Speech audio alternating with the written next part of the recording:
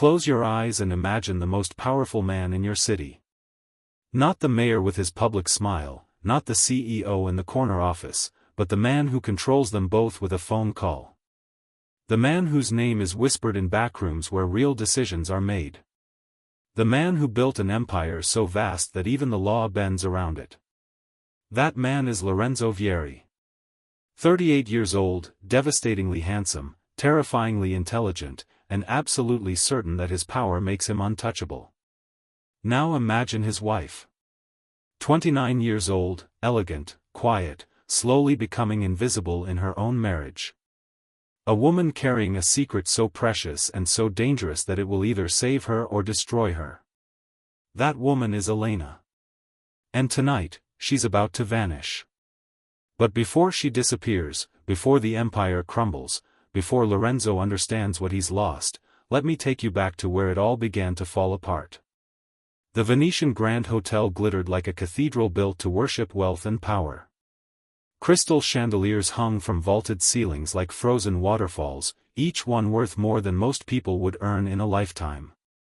Golden light spilled across imported marble floors, illuminating the faces of the city's most dangerous elite.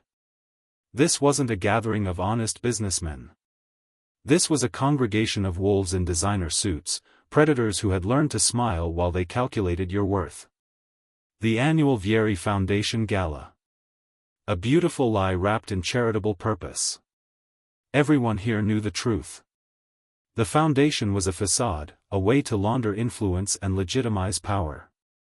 The real business happened between champagne toasts and polite laughter, politicians selling votes, lawyers burying evidence, businessmen carving up the city like a feast. And at the center of it all stood Lorenzo Vieri. 6'2" of controlled violence wrapped in a custom Italian suit that cost $15,000. Dark hair perfectly styled, sharp jawline that could cut glass, eyes that assessed and catalogued everyone in the room with the precision of a predator. He moved through conversations with the casual confidence of a man who had never questioned his right to power, who had been raised understanding that the world existed to serve men like him. 3 generations of Vieri men had controlled this city's underworld. His grandfather had built the foundation, shipping companies that moved more than just cargo, protection services that guaranteed cooperation or destruction, political connections that reached into every office that mattered. His father had expanded the empire, modernized it, made it more sophisticated and more deadly. And Lorenzo? Lorenzo had perfected it. He stood now surrounded by his court. Senator Richard Morrison, who voted exactly as instructed. District Attorney Frank Chen, whose prosecution record against Vieri interests was impressively unsuccessful. Marcus Webb, whose construction company built exactly what Lorenzo wanted, exactly where Lorenzo wanted it. The waterfront development is moving forward, Lorenzo said, his voice carrying that particular quality of absolute certainty that came from never being contradicted. By this time next year, we'll control every significant commercial property from the harbor to 15th Street. The environmental review could still cause problems, Morrison offered, but his tone suggested he was just going through the motions of concern, playing his role in a script they'd all memorized. Lorenzo's smile didn't reach his eyes. It never did anymore. The environmental review will find exactly what we need it to find. I believe your chief of staff has a brother who works for the consulting firm handling the assessment. Morrison had the grace to look uncomfortable. Yes. That connection exists. Then I'm confident we won't encounter any unexpected obstacles. Lorenzo accepted a glass of champagne from a passing waiter without looking at the man, as if servants were simply furniture that occasionally moved. Gentlemen, I appreciate your continued partnership. The Vieri Foundation values relationships built on mutual understanding. It was all so civilized. So polite. So completely removed from the reality of what was actually being discussed: extortion, manipulation, corruption dressed up in charitable language. This was how real power worked. Not with guns and threats in dark alleys, but with champagne and handshakes in ballrooms where everyone pretended the monster in the room was just another successful businessman. Across the ballroom, partially hidden behind a marble column that cost more than a house, stood Elena Hartley-Vieri. She watched her husband command his court with the kind of distant observation that comes from 3 years of slow, agonizing disillusionment. Like watching someone you love drown in front of you while they insist they're fine, they're in control, everything is exactly as it should be. Once, God, it felt like a lifetime ago, she had been captivated by Lorenzo's confidence. His intelligence. The way he could make her feel like the only person in the universe when he focused those intense eyes on her. The way he had courted her with a single-minded intensity that had been intoxicating, overwhelming, irresistible. "You're different," he had told her on their 3rd date, holding her face gently in his hands like she was something precious. "Everyone else sees what I want them to see. But you see me. The real me." She had believed him. God help her, she had believed every word. That man still existed somewhere, she supposed. But he appeared less and less frequently as the demands of his empire consumed more of his time, his attention, his soul.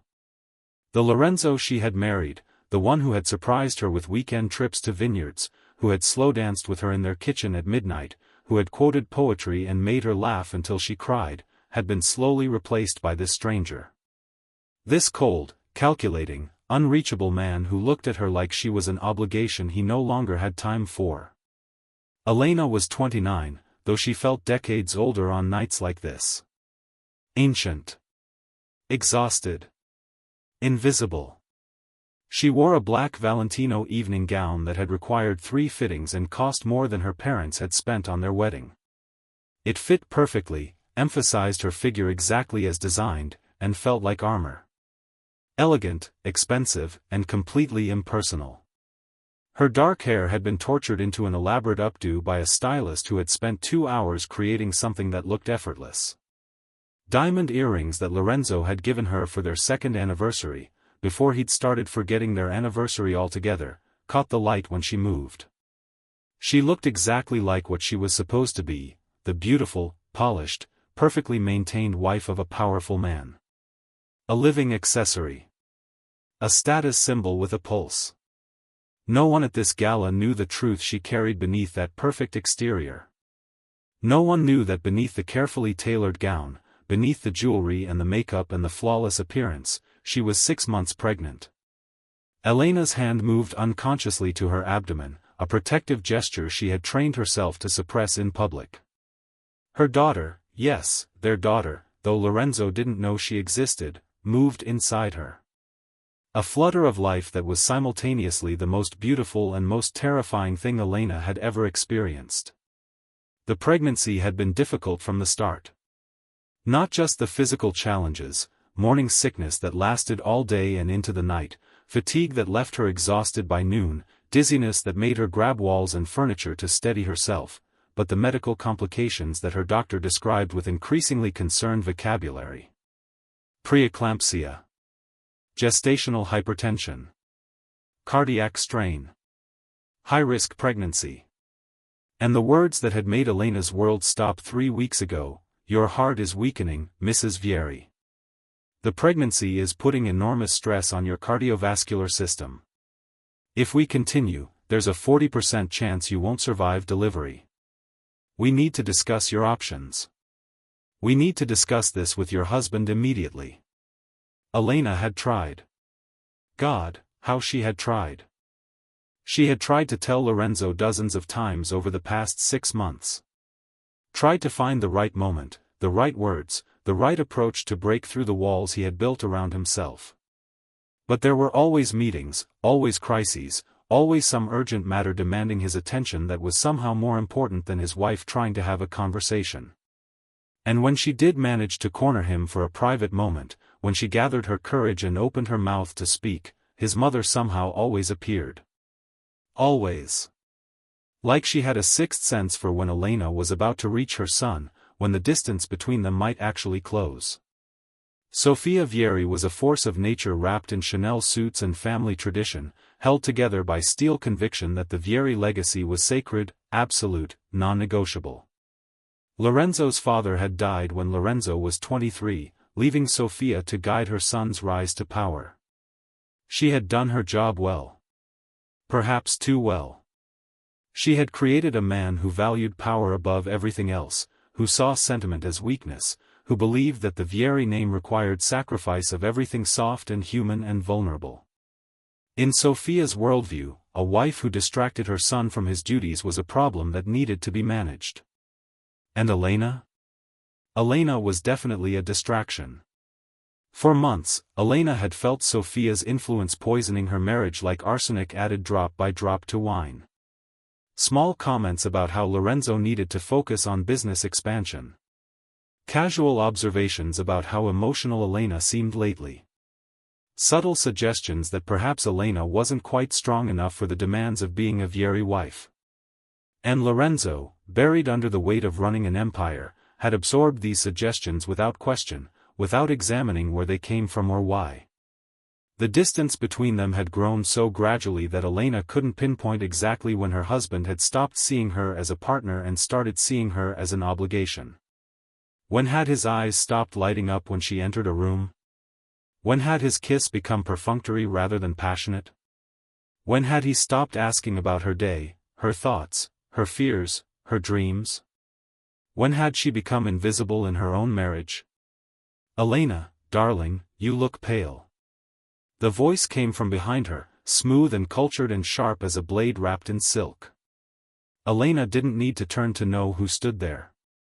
She recognized that tone, maternal concern weaponized into subtle cruelty. I'm fine, Sophia. Elena kept her eyes on Lorenzo across the room, watching him hold court like a king among lesser men. Just tired. Tired. Sophia moved to stand beside her daughter-in-law, following Elena's gaze to where Lorenzo commanded attention without even trying. You're always tired lately, aren't you? Perhaps you should consider returning to your apartment. These events can be so draining for someone of your delicate constitution. There it was. The suggestion wrapped in concern. The insult disguised as sympathy. Elena had learned to recognize Sophia's tactics over 3 years of marriage, even if she hadn't yet learned how to defend against them effectively. I'm fine, Elena repeated, forcing strength into her voice that she didn't feel, that she hadn't felt in months. Sophia sighed, a sound of maternal disappointment perfected over decades of manipulating people into compliance. I worry about you, dear. Lorenzo has such important work to do, such critical relationships to maintain. He needs a partner who can stand beside him at events like this without becoming a burden. Someone strong, someone resilient, someone like you, Elena finished, the words escaping before she could stop them. Sophia's smile was ice crystallized into something resembling warmth. I raised Lorenzo to lead, Elena. I gave him the foundation he needed to build what you see in this room tonight. All I've ever wanted is for him to fulfill his potential, to honor his father's memory, to secure the Vieri legacy for future generations.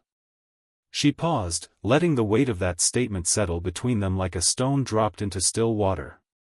But distractions can be dangerous. Emotional entanglements can cloud judgment. A man in Lorenzo's position cannot afford weakness. Elena understood perfectly. She understood that in Sophia's worldview, love was weakness. Caring was weakness. And a wife who needed her husband's attention was the most dangerous weakness of all. Before Elena could respond, before she could gather the strength to finally confront this woman who had systematically destroyed her marriage, Senator Morrison's voice cut through the ambient conversation. Loud. Jovial. Completely oblivious to the devastation it would create. Lorenzo.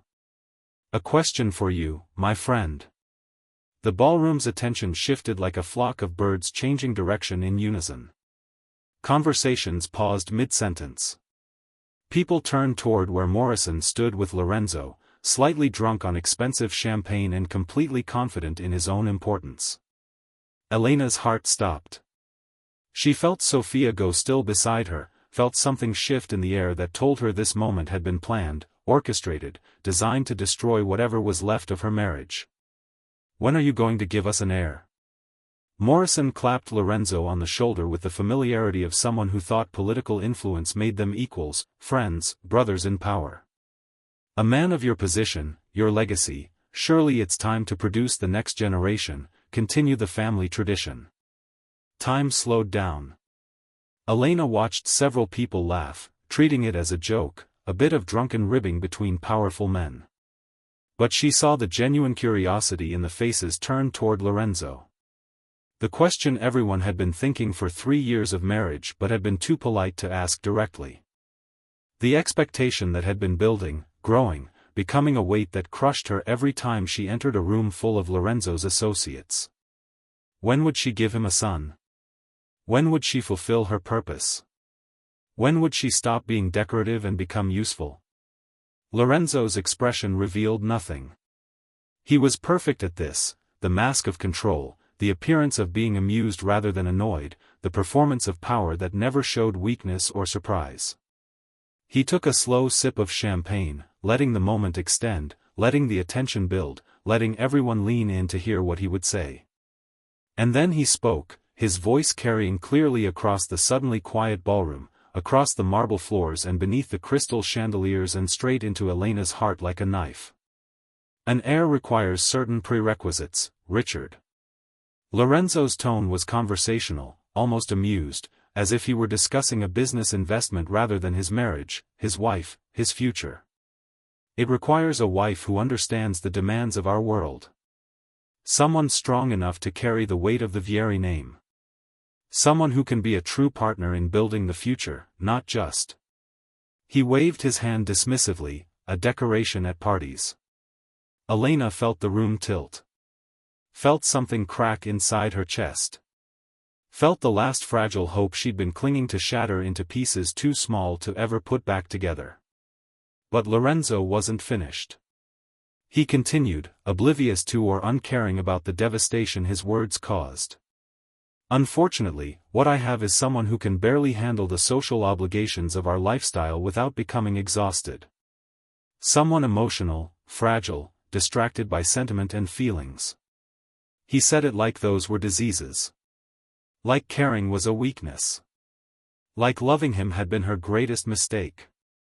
"An heir requires strength, Richard. Requires focus. Requires a woman who can be as committed to the legacy as I am. As committed to the future as I am to building it." The silence that followed was deafening. Elena stood frozen behind the marble column, one hand pressed against the cold stone to keep herself upright. She watched her husband, the man she had loved with every fiber of her being, the father of the daughter growing inside her, the person she had built her entire world around, reduce their marriage to a performance review that she had failed. Watched him mock her exhaustion that came from carrying his child. Watched him dismiss her emotions while standing 20 feet away from her, talking to a room full of strangers as if she didn't exist, as if she had never existed, as if their 3 years together meant nothing. And beside her, barely visible in her peripheral vision, Elena saw Sofia Vieri smile. That smile told her everything. This wasn't random. This wasn't just Lorenzo being thoughtless or stressed or overwhelmed by business concerns. This was orchestration. This was manipulation.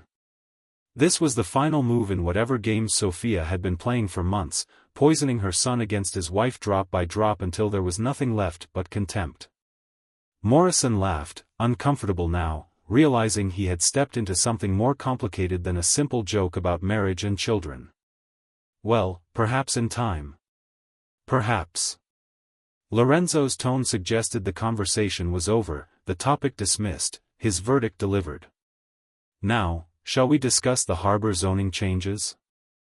I believe you had concerns about the residential density proposals." The room released its collective breath. Conversations resumed. The moment passed for everyone except Elena. She stood there for another 30 seconds, watching Lorenzo transition seamlessly back to business discussions, as if the entire exchange had meant nothing to him. As if he hadn't just publicly humiliated his pregnant wife. As if their marriage was just another contract to be renegotiated or terminated based on performance metrics that she had somehow failed to meet. As if she was nothing. Elena turned and walked toward the exit. Not running, she wouldn't give Sophia the satisfaction of seeing her flee in tears. Not crying, she wouldn't give anyone in this room the satisfaction of witnessing her break. Just walking. One foot in front of the other. Head high. Expression neutral. Every inch the controlled and polished Vieri wife. Until she was outside. Until she was in the back of their private car. Until she gave the driver an address that wasn't the penthouse they shared. Mrs. Vieri. Antonio, their driver for the past 2 years, met her eyes in the rearview mirror with genuine concern. He had always been kind to her, always asked about her day, always treated her like a person rather than an obligation. Is everything all right? Take me to the apartment on Riverside. Her voice was steady, controlled, completely empty of everything she was feeling.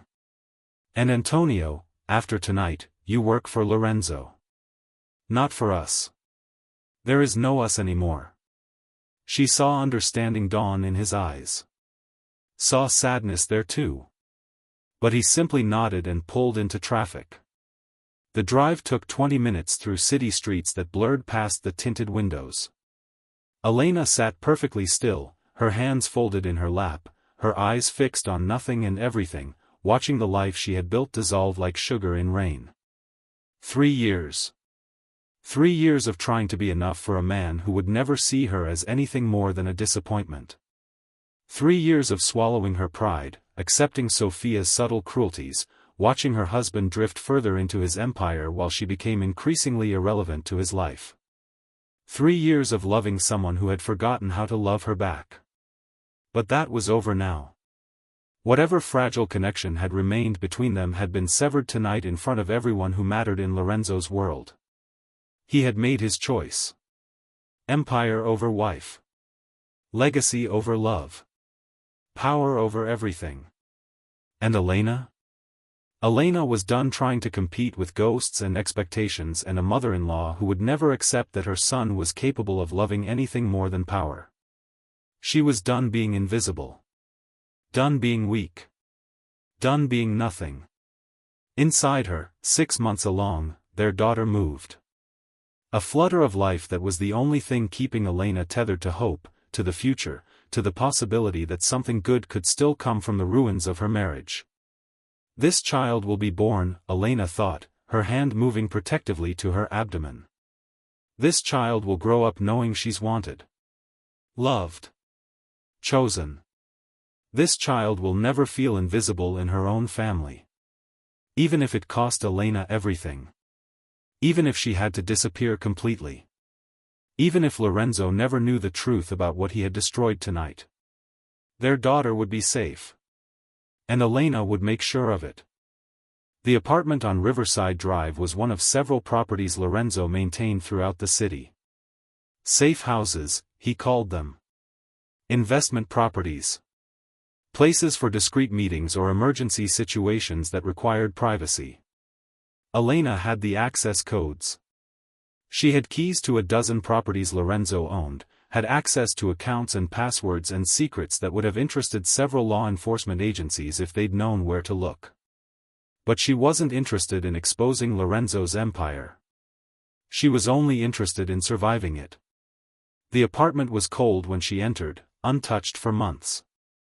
Elena kicked off her expensive Valentino heels, those instruments of torture that cost $3,000 and made her feet scream, and stood in the dark living room for a long moment.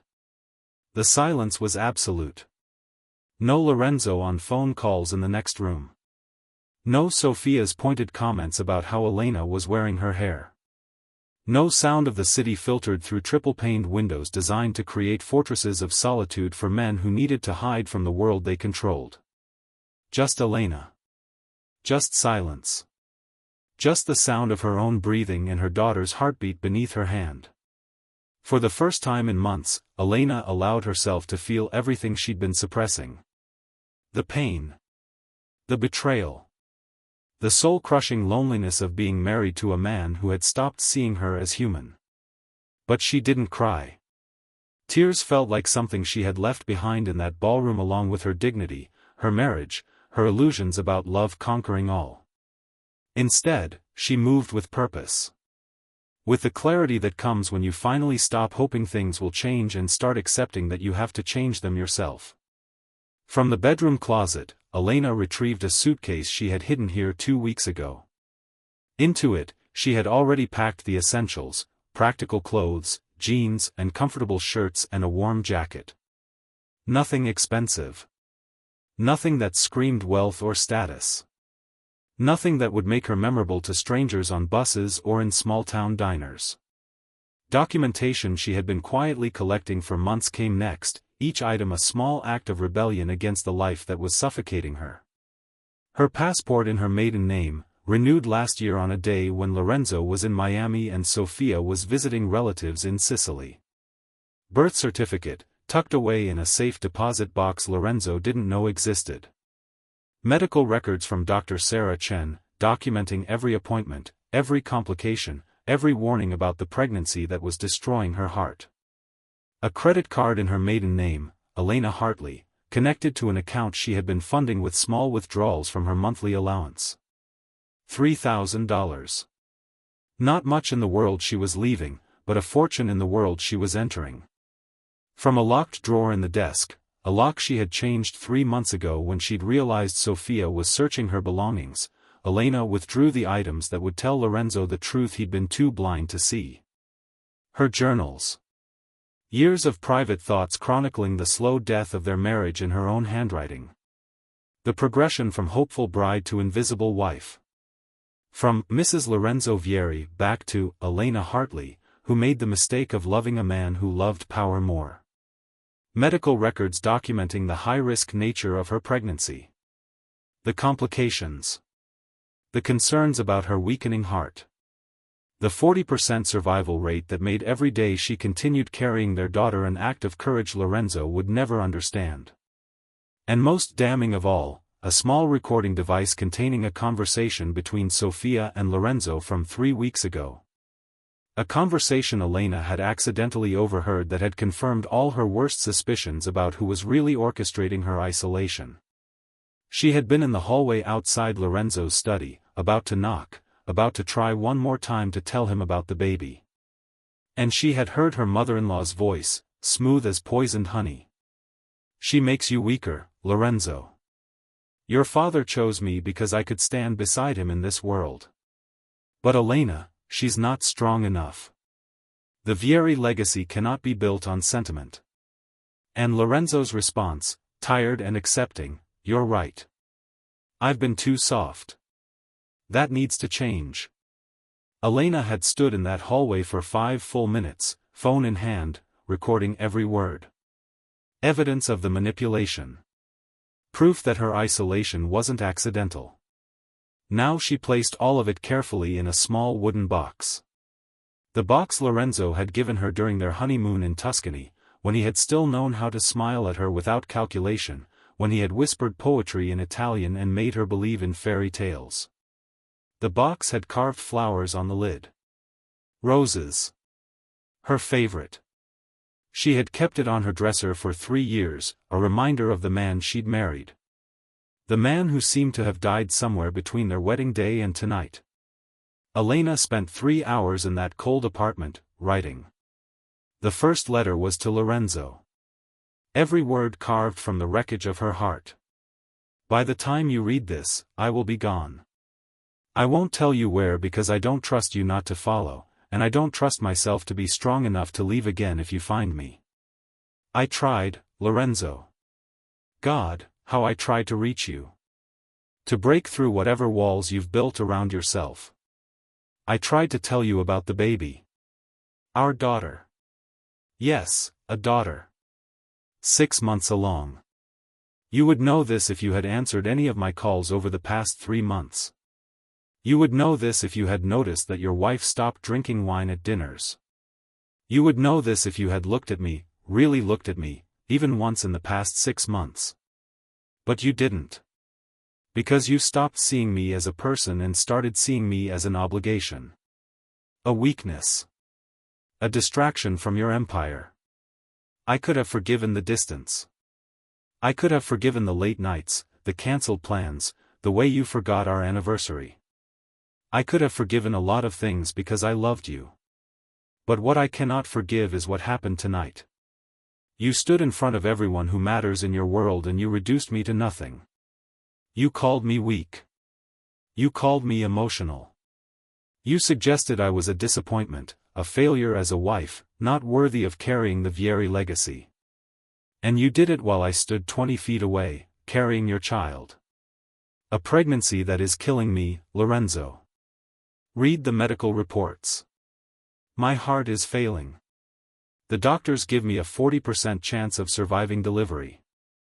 But I was willing to risk it because I loved you and I wanted our child. Wanted to give you the heir everyone keeps asking about. The daughter you don't even know exists. I'm leaving because I need to survive. Because our daughter deserves a mother who is whole, not broken by trying to be enough for a man who will never see her value. Read the journals. Read the medical files. Listen to the recording. Know what you did. Know who helped you do it. Know what you destroyed. I loved you. I will always love the man you used to be. But that man is gone, consumed by the empire you chose over everything else. Goodbye, Lorenzo. Elena. The second letter was to her daughter, to be opened if Elena didn't survive the delivery that terrified her doctors. My darling girl. If you're reading this, it means I didn't get to watch you grow up. It means my heart gave out doing the thing it wanted most, bringing you into this world. I need you to know, you were wanted. You were loved from the moment I knew you existed. You were chosen every single day, even when choosing you meant risking everything. Your father doesn't know about you yet. By the time he finds out, I'll be gone. And he'll be angry, confused, devastated. He'll want to find us, to fix things, to control the situation the way he controls everything else in his life. Don't let him. You deserve a father who chooses you first. Who sees you. Who values you for who you are, not what you represent. If he can become that man, if he can tear down the walls his mother built around his heart and remember how to love without conditions, then maybe, someday, you'll know him. But if he can't? You'll still be okay. You'll still be loved. You'll still be enough, exactly as you are. I'm sorry I won't be there to tell you this in person. I'm sorry you'll grow up with questions I can't answer. But I'm not sorry I chose to bring you into this world, even if it cost me everything. You are my heart, my hope, my reason for being brave enough to leave. Be strong, my love. Be kind. Be yourself. And know that somewhere, your mother loved you more than life itself. Forever yours. Mama. The third letter was to herself. To the woman she used to be, before Lorenzo, before the Vieri name, before she learned that love could be weaponized and turned against you. Dear Elena Hartley. Remember who you were. The girl who believed in second chances and happy endings. The woman who thought love could conquer all, that kindness was strength, that vulnerability was courage. You weren't wrong to believe those things. You were just wrong about him. Lorenzo Vieri was never going to save you. He was always going to choose power over love, legacy over partnership, his mother's approval over your heart. And that's not your failure. That's his. So walk away. Disappear. Become invisible in the world the same way you became invisible in your marriage. Rebuild yourself. Remember yourself. Reclaim yourself. You are not weak. You are not emotional. You are not too much or not enough. You are exactly who you were always meant to be, a woman brave enough to love, strong enough to leave, and fierce enough to protect your daughter from the same fate. Don't look back. Don't second guess. Don't wonder if you made the right choice. You did. Love. Future Elena, who survived this night and became something stronger. When Elena finished writing, she folded the letters carefully and placed them in the wooden box. The first letter on top, the one Lorenzo needed to read first. The one that would destroy him. Then she added the medical records.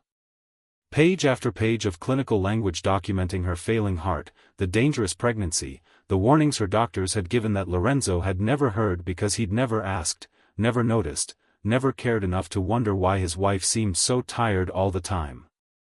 The journals came next. 3 years of marriage distilled into handwritten pages. The slow documentation of isolation, manipulation, and betrayal. And finally, the recording device. 3 weeks old. Proof of Sophia's poison and Lorenzo's willingness to swallow it without question. But Elena added one more thing. Something Lorenzo might not notice immediately but would cut deeper than all the rest when he finally understood what it meant. Her wedding rings. The 5-carat diamond engagement ring Lorenzo had presented to her on a rooftop restaurant overlooking the city, back when he had believed love and power could coexist. Back when he'd gotten down on one knee and promised her the world, promised her protection, promised her partnership. The platinum wedding band he had slipped onto her finger while promising forever. Both rings now rested on top of the letters, catching the light from the apartment's dim lamps. 2 circles of metal that had once symbolized eternity, now symbols of everything he had broken. Elena closed the box carefully, her hands trembling for the first time all night. This was it. This was goodbye. This was the moment she stopped being Mrs. Lorenzo Vieri and went back to being Elena Hartley, the woman who had survived loving a man who couldn't love her back. She placed the box carefully on the bed, knowing exactly where it would end up. Antonio would find it when he came to collect Lorenzo's things from the apartment. He would bring it to the penthouse. It would end up somewhere Lorenzo would see it.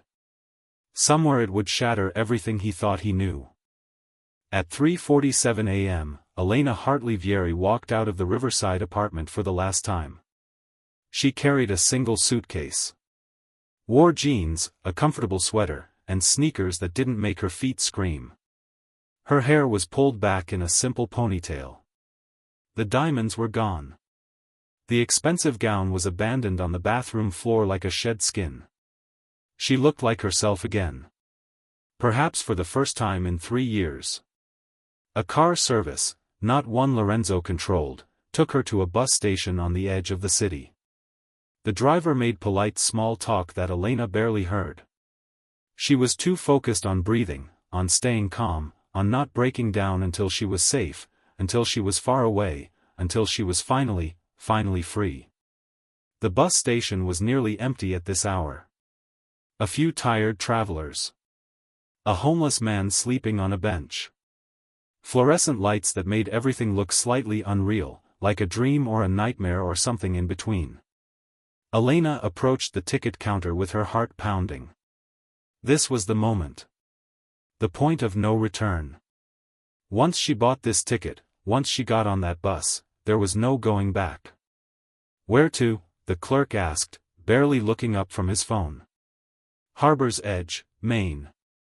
The words came out steady, sure, final. One way. The ticket cost $63. Elena paid in cash. She didn't want any credit card trail, any way for Lorenzo to track her once he started looking. And he would look. Eventually. When his pride recovered from the blow she dealt it. When his mother stopped whispering in his ear. When he finally realized what he'd lost. But by then, Elena would be gone. Vanished. A ghost in a life he'd already forgotten she lived. Bus leaves at 5 a.m., gate 7, the clerk said, handing her a paper ticket. Have a good trip. A good trip. A new life. A chance to be someone other than the woman who wasn't enough for Lorenzo Vieri. Elena chose a seat near the back of the bus, pressed her forehead against the cool window, and waited for dawn. The journey begins. At exactly 5 a.m., the bus pulled out of the station with a mechanical groan and the hiss of air brakes. Elena watched the city disappear behind her, the skyline Lorenzo controlled, the streets his empire owned, the life she was leaving behind like a coat that had never fit properly. Inside her, 6 months along, their daughter moved. A flutter of life against Elena's ribs, a reminder of why she was doing this, why she'd found the courage to walk away from everything she'd known.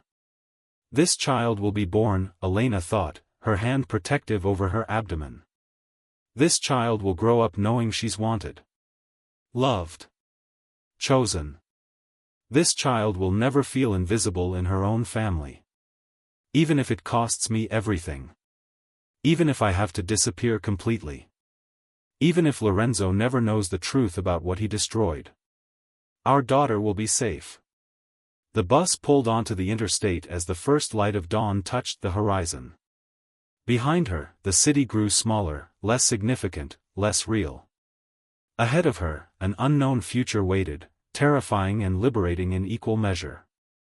And in the penthouse she had abandoned, on the pillow where Lorenzo would wake in a few hours, sat a wooden box containing the ruins of everything he thought he knew. Lorenzo Vieri woke at 7:15 a.m. to the sound of his phone vibrating against the nightstand like an angry wasp trapped in glass. Sunlight filtered through floor-to-ceiling windows, casting geometric patterns across Italian marble floors. He reached for the phone without opening his eyes, a habit developed over years of running an empire that never slept, that demanded constant attention, that consumed everything it touched. 3 missed calls from Marcus Webb.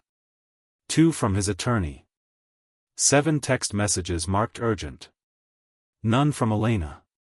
That thought registered somewhere in the back of his mind as unusual, but didn't quite break through the fog of sleep and the lingering headache from last night's champagne. Elena always sent him a good morning message when she woke before him.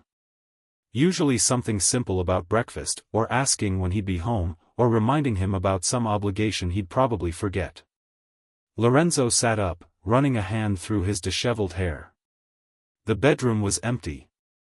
The bathroom door stood open, dark and silent. Elena's side of the bed was cold, the covers pulled tight as if no one had slept there at all. Elena? His voice echoed in the vast space, bouncing off marble and glass and coming back to him hollow, unanswered.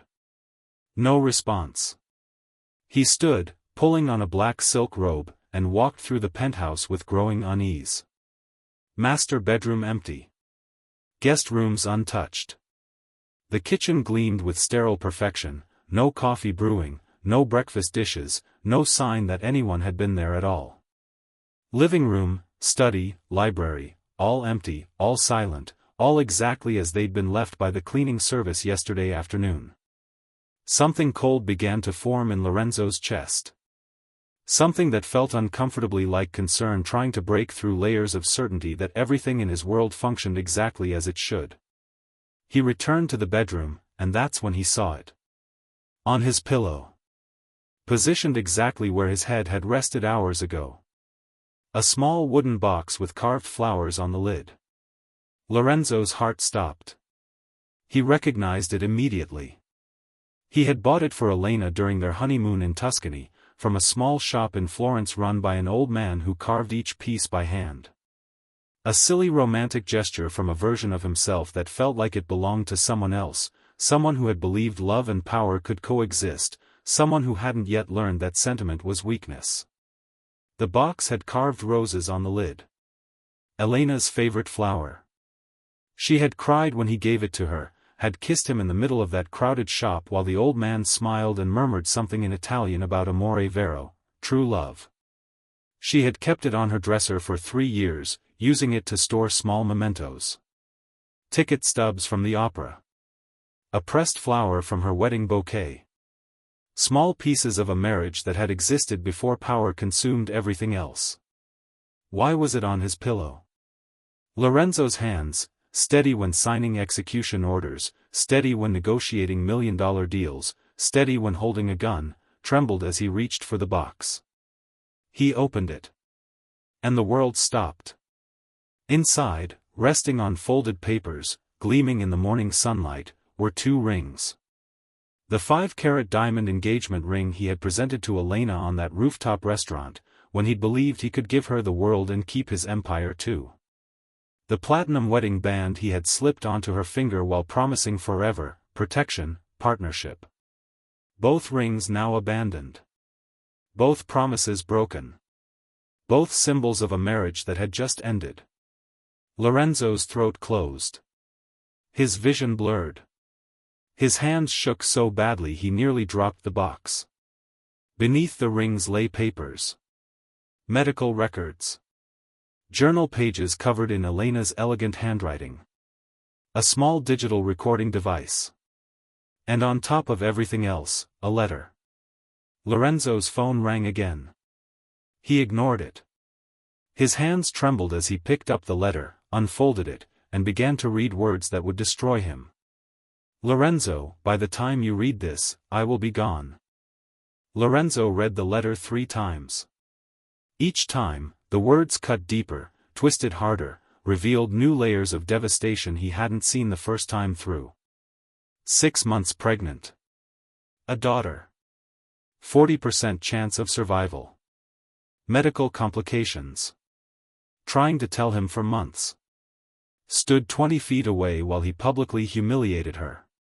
Carrying his child while he called her weak, emotional, not worthy of the Vieri legacy. By the 3rd reading, Lorenzo couldn't breathe properly. His lungs felt like they were filled with broken glass. His heart hammered against his ribs like it was trying to escape his chest, trying to run after Elena, trying to undo everything he'd done. He grabbed the medical records with desperate, shaking hands. Page after page of clinical language that painted a devastating picture. High-risk pregnancy. Gestational complications. Preeclampsia. Weakening cardiac function. Recommendations for immediate bed rest, stress reduction, close monitoring. Warnings about the dangers of proceeding with the pregnancy. Notes about how the patient insisted on continuing despite the risks. The most recent report was dated 2 weeks ago. Dr. Sarah Chen had written in careful, precise script. Patient presents with increased cardiac strain. Blood pressure elevated beyond safe parameters. Patient refused hospitalization citing personal circumstances preventing necessary rest and care. Strongly advised husband be informed immediately of severity of situation. Patient became emotional. Stated husband was too busy to be contacted about women's problems. This physician is deeply concerned about patient's emotional state as well as physical condition. Patient appears isolated, unsupported, and increasingly at risk. Immediate intervention required. Lorenzo read that paragraph 3 times, and each time it felt like a knife sliding between his ribs. Too busy. He had been too busy to know his wife was dying. Women's problems. She had thought he saw her pregnancy, their daughter, as an inconvenience not worth his time. Isolated. Unsupported. At risk. All true. All his fault. All preventable if he had just looked at her, really looked at her, even once in the past 6 months. The journals were worse than the medical records. Worse because they showed the progression in Elena's own words. The slow death of their marriage documented like a scientist recording an experiment's failure. October 3rd, Lorenzo came home at 2 a.m. again. I tried to wait up but fell asleep on the couch. He didn't wake me, just went straight to his study. I'm starting to feel like a piece of furniture he walks past without seeing. November 17th, I told him I needed to talk about something important. He said later and took a call from Marcus. Later never came. It never does anymore. I'm not sure he even remembers I tried to talk to him. December 2nd, Sophia suggested again today that perhaps I'm not strong enough for this family. Lorenzo didn't defend me. He didn't say anything at all. Just nodded and changed the subject. I think that hurt more than if he had agreed with her. January 10th, found out I'm pregnant today. I'm terrified and elated and completely alone. I tried calling Lorenzo 4 times. All calls went to voicemail. I know he's in meetings, but when did I stop being important enough to call back? When did I become the last priority on his list? Lorenzo's vision blurred. He blinked hard, forcing himself to continue reading through tears he hadn't shed since his father's funeral. February 23rd, the doctor said my heart is struggling. Said the pregnancy is dangerous. Asked if I wanted to discuss options. I said no.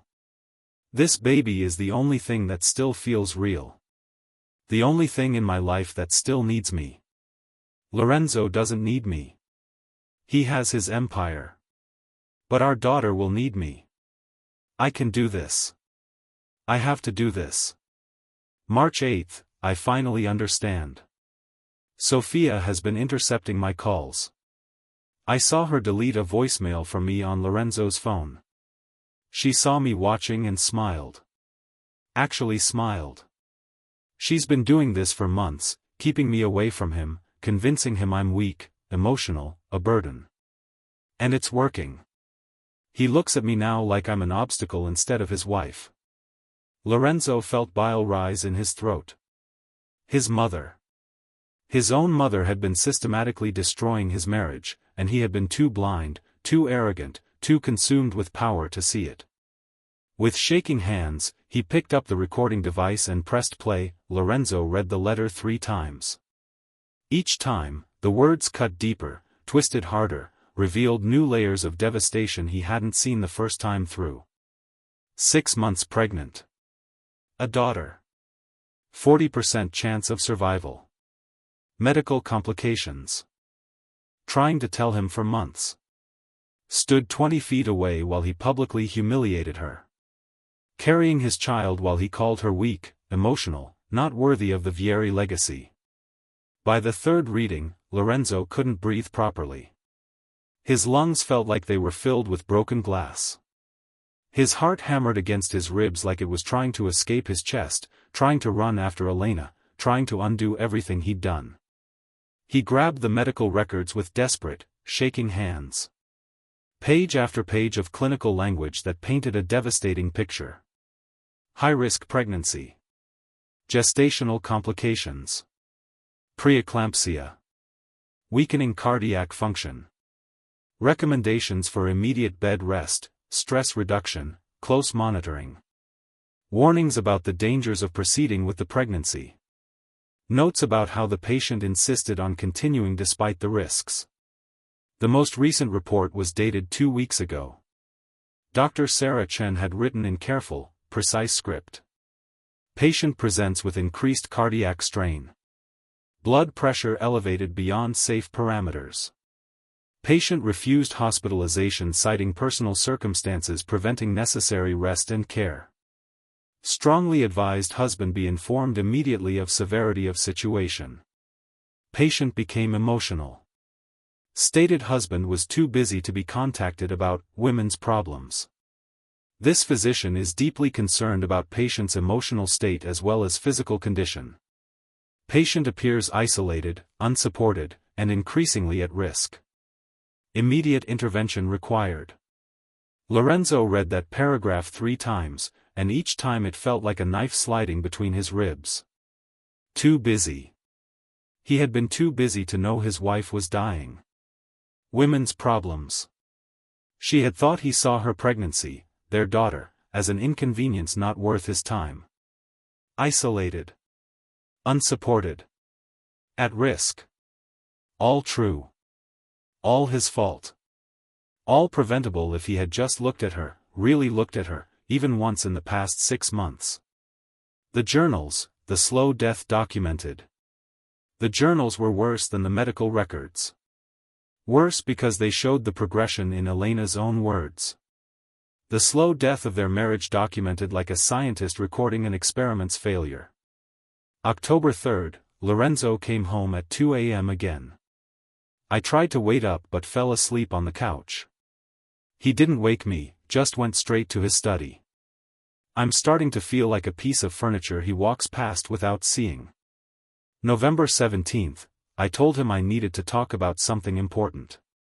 He said later and took a call from Marcus. Later never came. It never does anymore. I'm not sure he even remembers I tried to talk to him. December 2nd, Sophia suggested again today that perhaps I'm not strong enough for this family. Lorenzo didn't defend me. He didn't say anything at all. Just nodded and changed the subject. I think that hurt more than if he had agreed with her. January 10th, found out I'm pregnant today. I'm terrified and elated and completely alone. I tried calling Lorenzo 4 times. All calls went to voicemail. I know he's in meetings, but when did I stop being important enough to call back? When did I become the last priority on his list? Lorenzo's vision blurred. He blinked hard, forcing himself to continue reading through tears he hadn't shed since his father's funeral. February 23rd, the doctor said my heart is struggling. Said the pregnancy is dangerous. Asked if I wanted to discuss options. I said no. This baby is the only thing that still feels real. The only thing in my life that still needs me. Lorenzo doesn't need me. He has his empire. But our daughter will need me. I can do this. I have to do this. March 8th, I finally understand. Sophia has been intercepting my calls. I saw her delete a voicemail from me on Lorenzo's phone. She saw me watching and smiled. Actually smiled. She's been doing this for months, keeping me away from him, convincing him I'm weak, emotional, a burden. And it's working. He looks at me now like I'm an obstacle instead of his wife. Lorenzo felt bile rise in his throat. His mother. His own mother had been systematically destroying his marriage, and he had been too blind, too arrogant, too consumed with power to see it. With shaking hands, he picked up the recording device and pressed play. Lorenzo answered the call, and when he spoke, his voice was quiet, deadly, the tone he used when someone had crossed a line that couldn't be uncrossed. What did you do? Sophia, Lorenzo, darling, I've been trying to reach you all morning. Elena left the gala early last night and she's not answering her phone. I'm worried that she might. What did you do? Lorenzo repeated, each word falling like a stone into deep water. Silence. Then carefully, I don't know what you mean. She's gone, mother. Completely gone. Left her rings. Left evidence of every conversation you've had manipulating me against her. Left medical records showing she's been dying for months while you convinced me she was just being emotional. Sophia, Lorenzo, you're not making sense. Perhaps you should. She's 6 months pregnant. The words came out like broken glass, cutting his throat on the way out. With my daughter. A high-risk pregnancy that's destroying her heart. And I didn't know because you were blocking her calls. You were feeding me poison, and I swallowed every drop. Sophia, Lorenzo, you need to calm down and think rationally. Elena is clearly unbalanced. This story about pregnancy is obviously. I have the medical records in my hand. Dr. Sarah Chen, Harbor Medical Center. All real, all documented, all showing that my wife has been trying to tell me about our daughter while you systematically destroyed our marriage. The silence that followed was different. Calculated. Sophia's voice when it came was still wrapped in maternal concern, but Lorenzo could hear the steel beneath it now. Could hear the manipulation he'd been deaf to for so long. Sophia, if she really is pregnant, Lorenzo, then we need to find her immediately. For the baby's sake. For the legacy. Aviary heir. Don't. Lorenzo's voice cracked. Don't you dare pretend this is about the baby. Don't pretend you care about Elena or our daughter or anything except controlling me. I heard the recording, mother. I heard you tell me Elena wasn't strong enough to be a mother. I heard you say children would complicate things. I heard you orchestrate the destruction of my marriage. Sophia, I was protecting you. Protecting the family. Elena was making you weak, Lorenzo.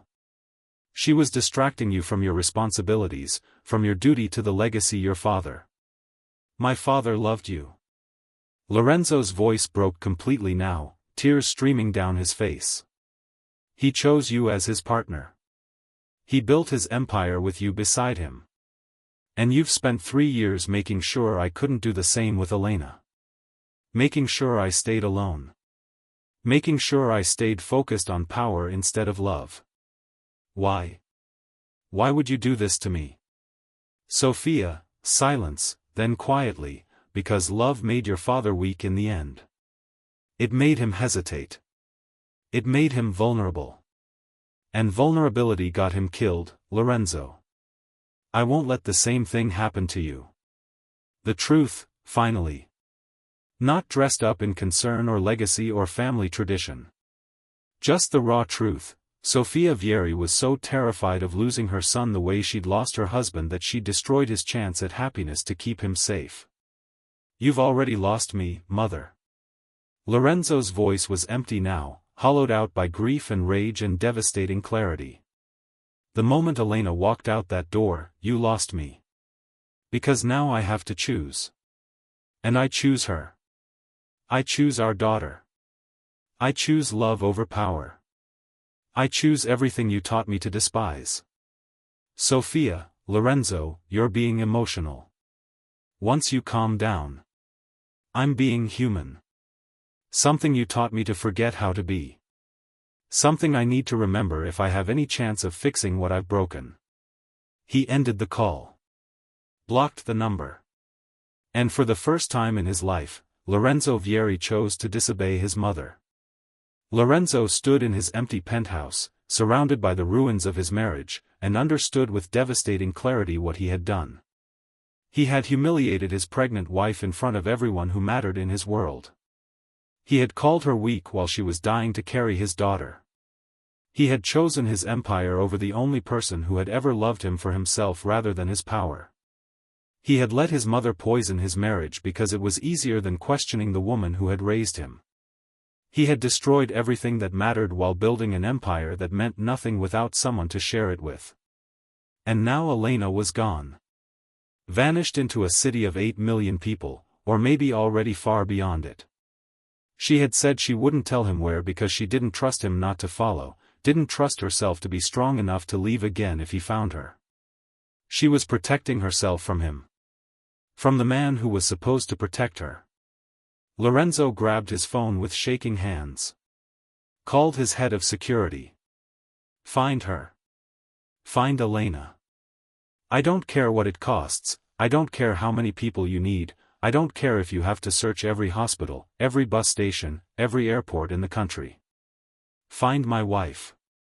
But even as he gave the orders, even as he mobilized the vast resources of his empire to search for the woman he'd driven away, Lorenzo knew the truth.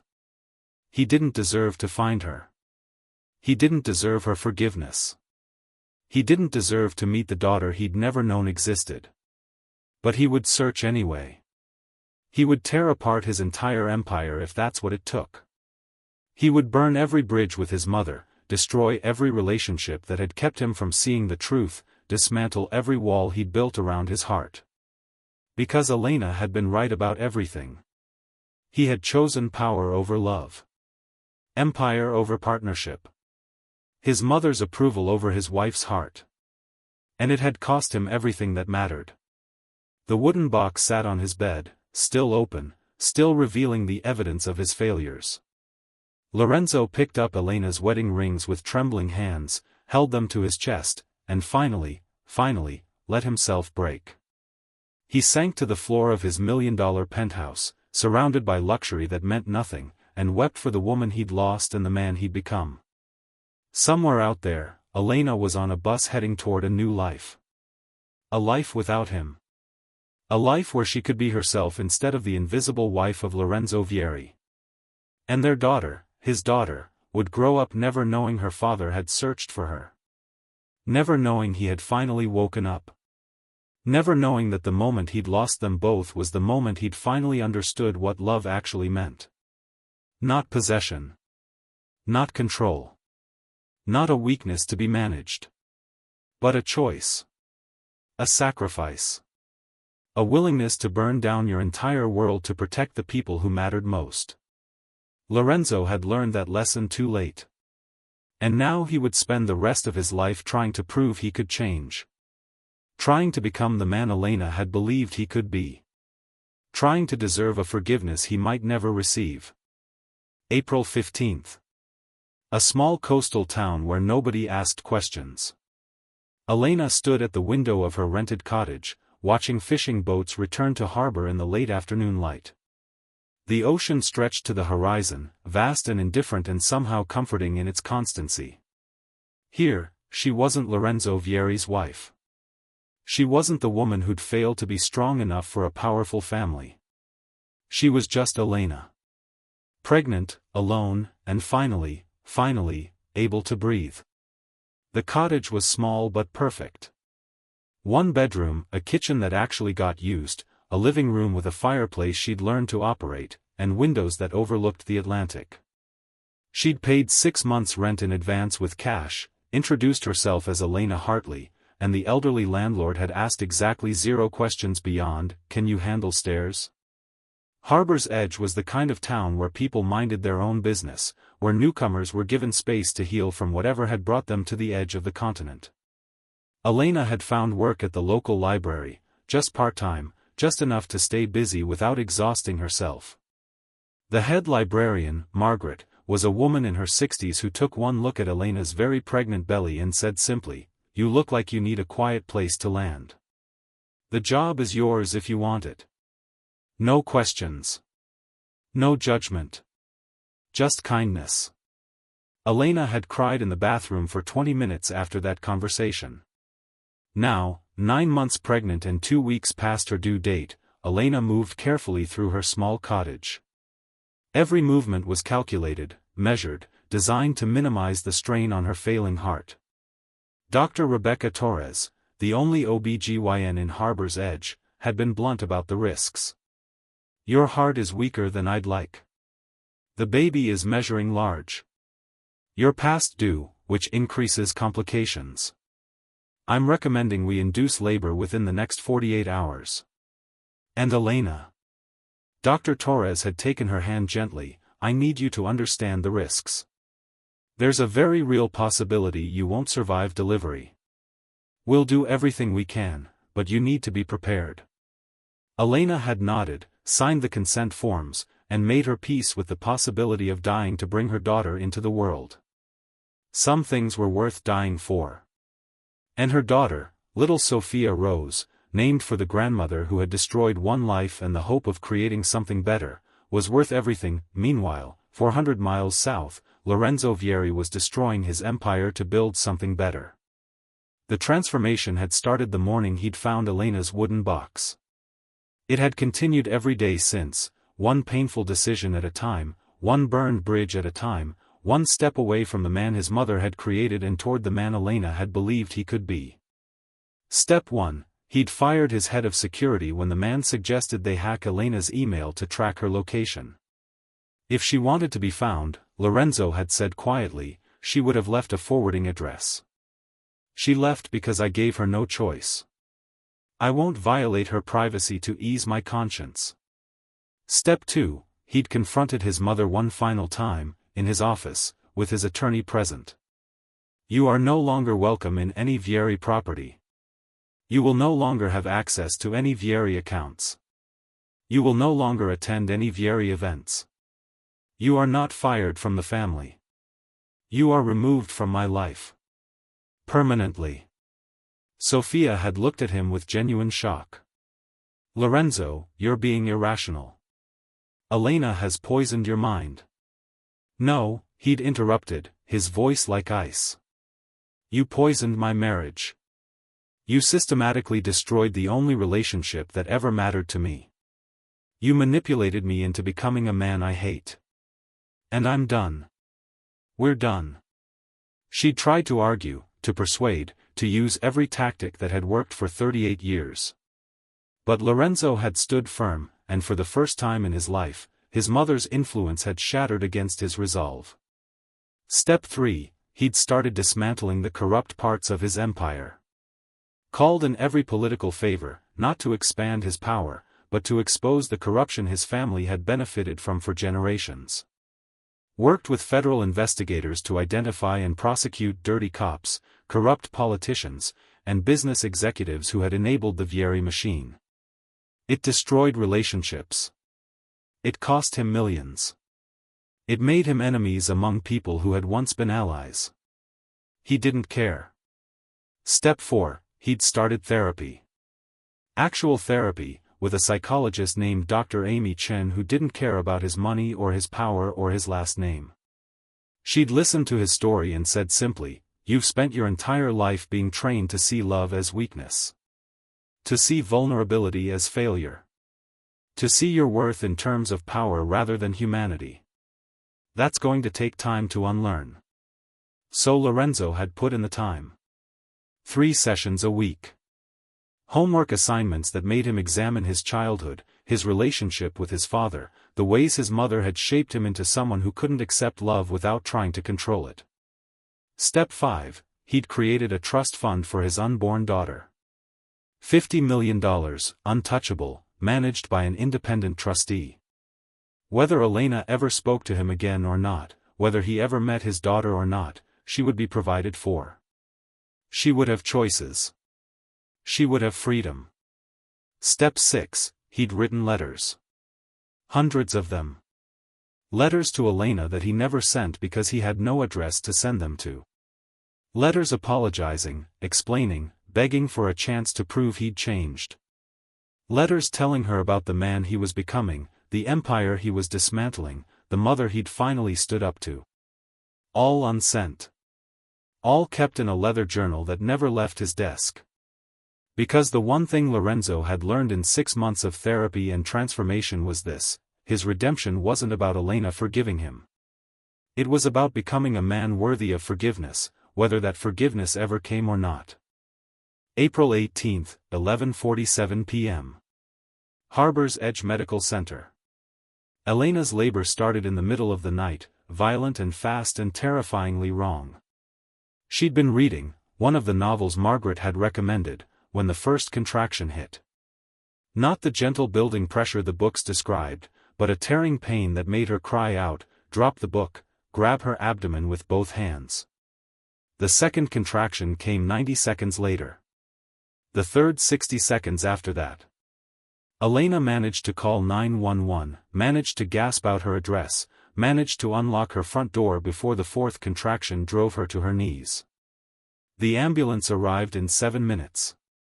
The EMTs, a young woman named Sarah and an older man named Tom, got Elena loaded and moving with professional efficiency. Heart rate elevated, Sarah reported, her voice tight with concern. BP dropping. She's preeclamptic, possible cardiac complications. Tom, call ahead, we need Dr. Torres in the OR immediately. Elena heard the words through a fog of pain. Heard the fear beneath the professional calm. Knew with devastating clarity that this was it, the 40% chance of not surviving, the moment when her body might choose her daughter's life over her own. The letters, Elena gasped between contractions. In my bag. Letters for my daughter. If I don't, if something happens, make sure she gets them. Promise me. Sarah squeezed her hand. You're going to be fine. We've got you. But Elena saw the lie in her eyes, and loved her for it anyway. Dr. Rebecca Torres was waiting when they arrived, already scrubbed in, her team assembled. Elena, I need you to listen to me, Dr. Torres said, her voice cutting through the pain with absolute authority. Your heart is struggling. We need to do an emergency C-section. We need to get the baby out quickly to take pressure off your cardiovascular system. I'm not going to lie to you, this is going to be difficult. But we're going to do everything we can to save you both. Do you understand? Elena nodded. Tears streaming down her face. Terrified and brave and resigned all at once. One more thing, Dr. Torres said gently. Is there anyone we should call? Anyone who should be here? Elena thought of Lorenzo. Wondered where he was, what he was doing, whether he'd even looked for her or simply moved on with his empire. Wondered if he'd learned about the baby from her letter, if he'd cared, if he'd changed at all. But she didn't have his number anymore. Didn't want to see his name on her phone, his voice in her ear, his presence in this room where she might die.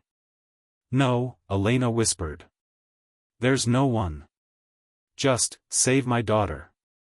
Whatever happens to me, save her. Dr. Torres nodded. We'll save you both. I promise. It was a promise she might not be able to keep, and they both knew it. The C-section was everything the doctors had feared and worse. Elena's heart struggled with the anesthesia. Her blood pressure dropped dangerously during the incision. Alarms sounded on monitors. Nurses moved with urgent precision.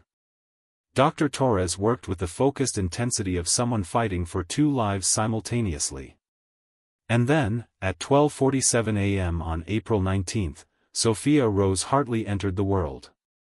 She came out screaming, a furious, strong cry that filled the operating room with hope and life and possibility. She's breathing on her own, the pediatric nurse announced. 7 pounds, 6 ounces. Good color. Strong heartbeat. They held her up for Elena to see for exactly 5 seconds before rushing her to the warming table for evaluation. 5 seconds of dark hair and tiny fists and eyes squeezed shut against the bright lights. 5 seconds of the most beautiful thing Elena had ever seen. Then everything went wrong. Elena's heart monitor flatlined. Dr. Torres shouted orders. The room erupted into controlled chaos. She's in cardiac arrest. Start compressions. Get me the crash cart. Charging to 200. Clear. Elena's body jolted on the table. No pulse. Again. Charging to 300. Clear. Another jolt. Another eternity of watching monitors. And then, barely, weakly, a beep. A heartbeat. A pulse. We've got her back, Dr. Torres said, her voice shaking slightly. But she's not stable. Get her to ICU. Now. 48 hours in the balance. For 48 hours, Elena drifted between life and death in the ICU. Her heart had been damaged by the delivery. The doctors couldn't say if it would recover or continue to fail. All they could do was monitor, support, and wait. In the nursery, Sophia Rose slept and ate and cried, perfect and healthy and completely unaware that her mother was fighting to survive in a room 3 floors above her. Margaret from the library came to visit, bringing flowers and sitting quietly beside Elena's bed, reading aloud from the novels they discussed. You're going to wake up, she said firmly. You're going to meet that beautiful daughter of yours. You're going to have the life you came here to build. Dr. Torres checked on her every 4 hours, reviewing charts and adjusting medications and trying not to show how worried she was. Sarah, the EMT from the ambulance, stopped by on her day off. You promised me you'd be fine, she said to Elena's unconscious form. Don't make me a liar. And Sophia Rose, when the nurses brought her to lie on Elena's chest for skin-to-skin contact, seemed to calm her mother's racing heart. Seemed to call her back from wherever she'd gone. On the 3rd day, at 6:23 a.m., Elena opened her eyes. Welcome back, Dr. Torres said, smiling with genuine relief. You gave us quite a scare. Elena's throat was dry from the breathing tube they'd removed hours ago.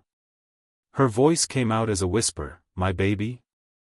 Your daughter is perfect. Healthy, strong, and absolutely furious that you've been too busy sleeping to feed her. Dr. Torres nodded to a nurse, who disappeared and returned moments later with a small bundle. They placed Sophia Rose in Elena's arms, and the world stopped. She was perfect. 10 fingers, 10 toes, dark hair like Lorenzo's, eyes that hadn't settled on a color yet, tiny rosebud mouth that opened in a yawn. Hello, baby girl, Elena whispered, tears streaming down her face. I'm your mama. I'm sorry it took me so long to meet you. Sophia Rose made a small sound, almost like she was answering. Like she'd been waiting for this moment too. Elena held her daughter and understood with perfect clarity, she had made the right choice. Walking away from Lorenzo, from the empire, from the life that was killing her.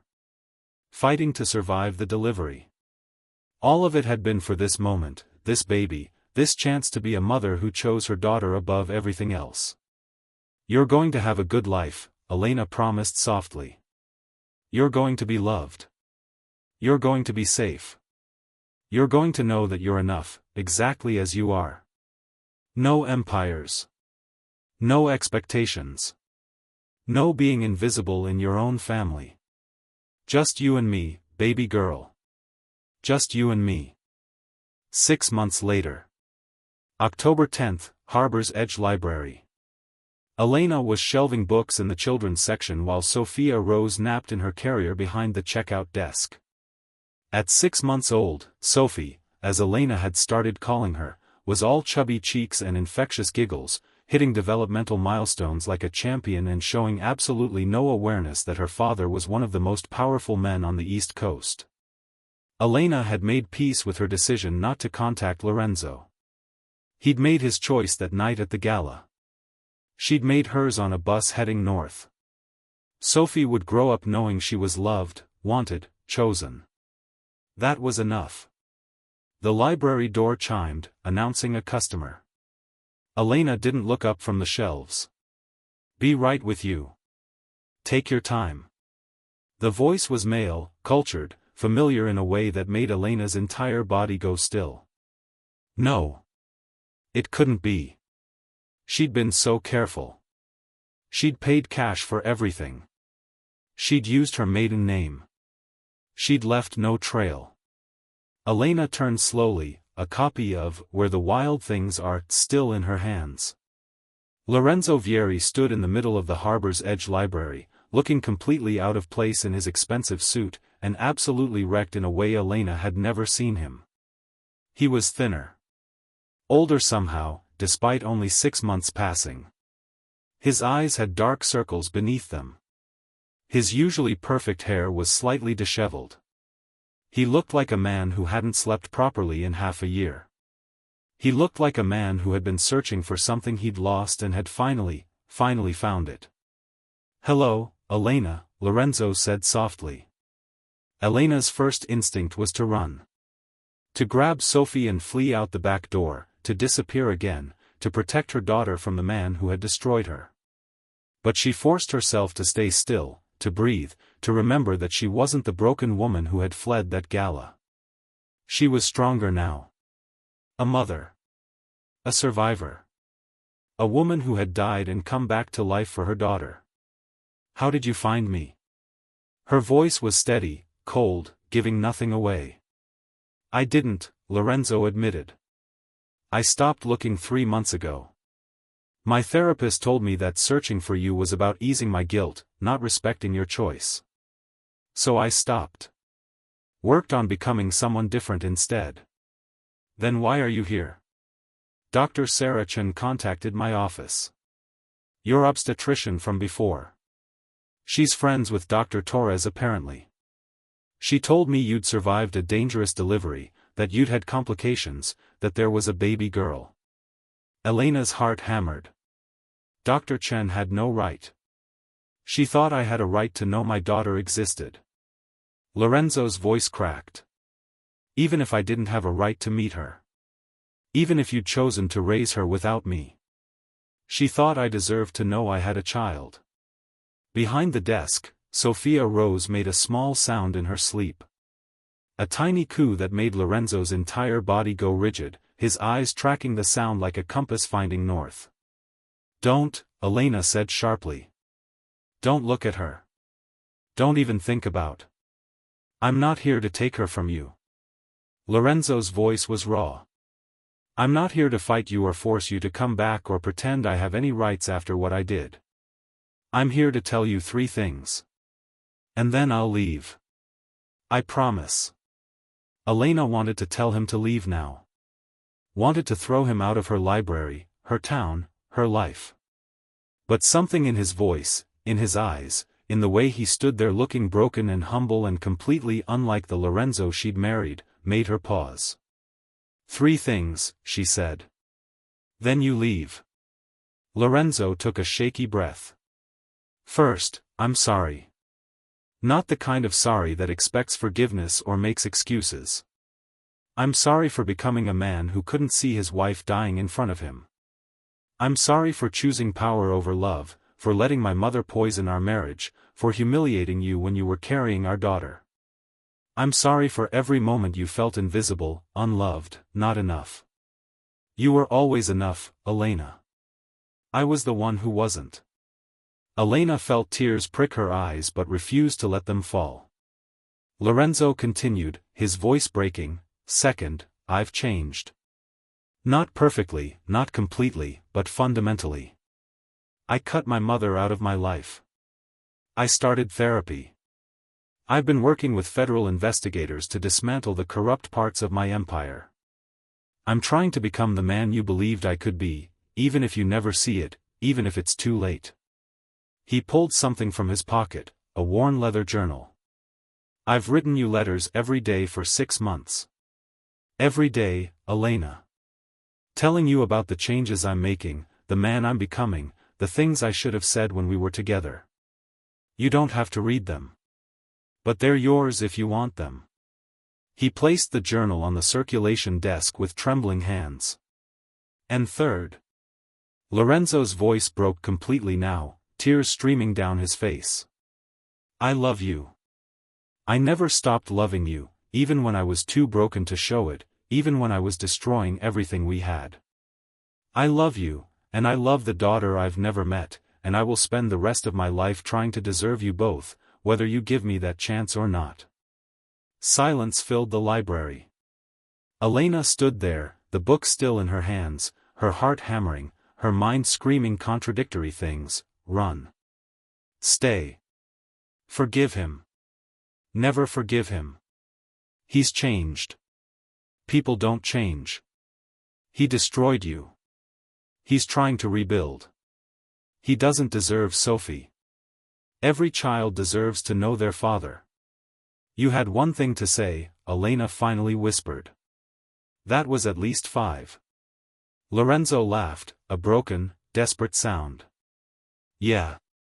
I was never good at following rules when it came to you. Behind the desk, Sophia Rose woke up and started to fuss. That small sound, that tiny cry, made Lorenzo's entire face transform with longing and heartbreak. "Can I?" He started, then stopped. "May I see her? Just see her. I won't ask to hold her. I won't ask for anything except 30 seconds to look at my daughter's face." Elena's hands shook. This was the moment. The choice that would determine everything. She could say no. Could tell Lorenzo to leave and never come back. Could raise Sophie alone, safe from the world that had nearly destroyed her mother. Or she could take a risk. Could give Lorenzo the 30 seconds he asked for. Could see if this broken, transformed version of the man she'd loved was real or just another performance. 30 seconds, Elena heard herself say. "But I hold her. You stay on the other side of the desk. You don't touch her. Thank you." Lorenzo's voice was reverent, grateful, wrecked. "Thank you, Elena." Elena walked behind the desk and gently lifted Sophia Rose from her carrier. 6 months old, chubby, and perfect, wearing a onesie that said, "Little Reader," that Margaret had given her. Sophie blinked up at her mother, then turned her head toward the stranger with curious dark eyes that would someday settle into the same shade as her father's. Lorenzo took one look at his daughter and shattered completely. He pressed a hand to his mouth, trying to hold back sobs. Tears streamed down his face. His shoulders shook. He stared at Sophie like she was the most precious, most heartbreaking, most beautiful thing he'd ever seen. "She has your nose," he whispered. "Your chin. Oh God, Elena. She's perfect. She's absolutely perfect." Sophie, oblivious to the drama, yawned and made a small cooing sound. "Her name?" Lorenzo asked, his voice breaking. "Sophia Rose," Elena said quietly. "Sophie." Lorenzo closed his eyes. "You named her after my mother. I named her after the grandmother she'll never know, and the hope that she'll be better than both of us." Stronger. Kinder. Whole in ways we never were. The 30 seconds ended. Lorenzo took a step back, honoring his promise, even though Elena could see it cost him everything to move away from his daughter. "Thank you," he said again. "Thank you for letting me see her. Thank you for surviving. Thank you for being strong enough to leave when I made staying impossible." He turned toward the door, and Elena realized he was actually leaving. Actually walking away. Actually respecting her boundaries even though it was destroying him. The old Lorenzo would have demanded his rights. Would have used his power, his money, his connections to force his way into their lives. This Lorenzo was leaving because she'd asked him to. "Wait," Elena heard herself say. Lorenzo stopped, his hand on the door, but didn't turn around. As if he was afraid that looking at her would break whatever fragile mercy she was offering. "The letters," Elena said. "In your journal. Did you mean them? The changes you're making, the therapy, cutting off your mother, are they real?" "Yes." Lorenzo's voice was certain. "Every word. I don't know if I can trust you. I don't know if I can ever forgive what you did. I know. But Sophie deserves to know her father. Not the man who humiliated her mother. The man you say you're becoming. If he's real." Lorenzo turned slowly, hope and fear warring on his face. Elena took a deep breath. "Once a month. Video calls. 30 minutes. You get to see Sophie, talk to her, be part of her life. But on my terms. In my time. When I feel safe. And the moment you try to control me or push boundaries or act like the old Lorenzo, we're done. Forever." "Once a month," Lorenzo repeated, like he was memorizing sacred text. 30 minutes. On your terms. I understand. And maybe. Elena's voice shook. "Maybe if you prove you've really changed. If you show up consistently. If you respect my boundaries. If you become the father Sophie deserves, maybe someday we can talk about more." "Maybe someday," Lorenzo echoed, tears streaming down his face again. "I'll take maybe. I'll take once a month. I'll take any chance you're willing to give me." Sophie chose that moment to reach out a tiny hand, grabbing a fistful of Elena's hair and yanking with surprising strength for a 6-month-old. "She's got a good grip," Lorenzo said, laughing through tears. "Strong. Like her mother." "Strong like both of us," Elena corrected. "She's going to have the best parts of both of us, Lorenzo. None of the broken parts." "She'll have you," Lorenzo said softly. "That's already the best part." 1 year later. Harbor's Edge Beach. October 10th. Elena watched Lorenzo play with 18-month-old Sophie on the beach, building sandcastles that Sophie immediately demolished with gleeful destruction. A year of monthly video calls had turned into weekly calls. Weekly calls had turned into monthly in-person visits. Monthly visits had turned into Lorenzo buying a small house in Harbor's Edge, not the mansion he could have afforded, but a modest cottage 3 streets from Elena's, so he could be close to his daughter. He'd kept every promise. Respected every boundary. Shown up consistently, even when it was hard, even when Elena kept him at arm's length, even when Sophie went through a phase of crying every time she saw him because she didn't understand who this stranger was. He'd continued therapy. Continued dismantling the corrupt parts of his empire. Continued writing letters that he now gave to Elena at the end of every visit, daily documentation of his transformation, his struggles, his progress.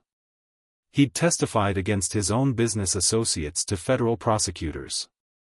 He'd lost millions in legitimate business when partners discovered he'd been cooperating with law enforcement. He'd become persona non grata in the world he'd once dominated. And he'd never once complained. Never once asked for credit. Never once demanded that Elena acknowledge how much he'd sacrificed. He'd simply shown up. For Sophie. For the chance to be her father. For the possibility that someday, Elena might be willing to give him a second chance. "Mama! Mama, look!" Sophie shrieked, pointing at a particularly impressive sandcastle Lorenzo had constructed.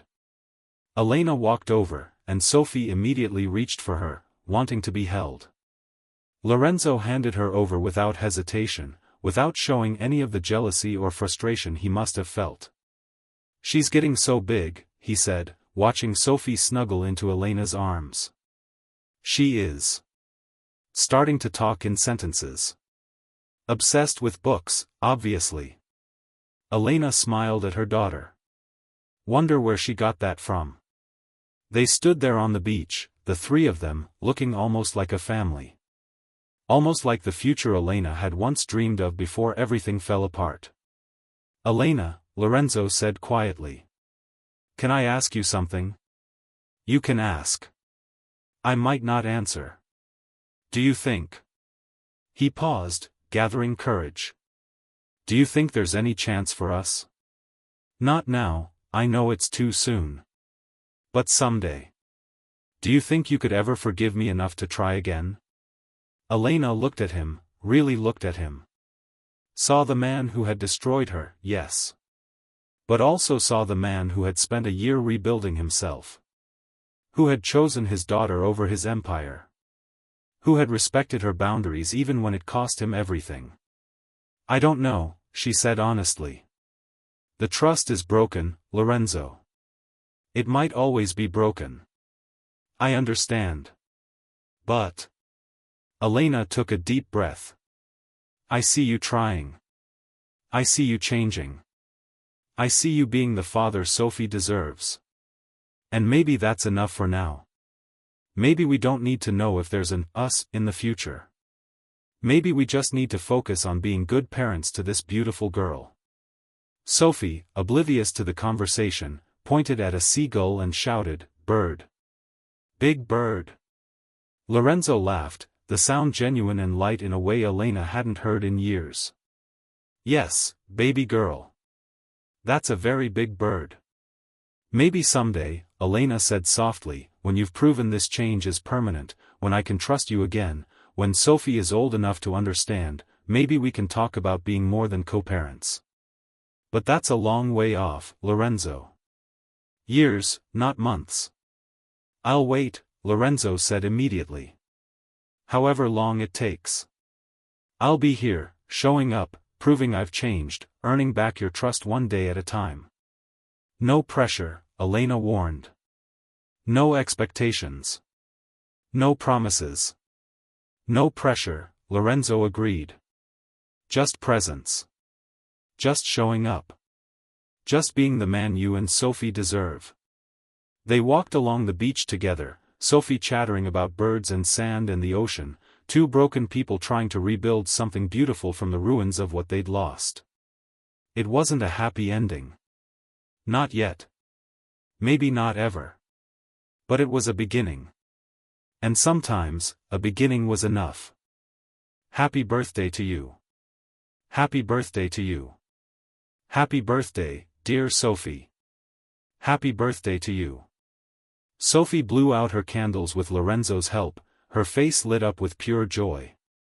Elena watched from across the room, her hand unconsciously resting on her abdomen where a second daughter, yes, they tried again, slowly, carefully, on Elena's terms, was growing.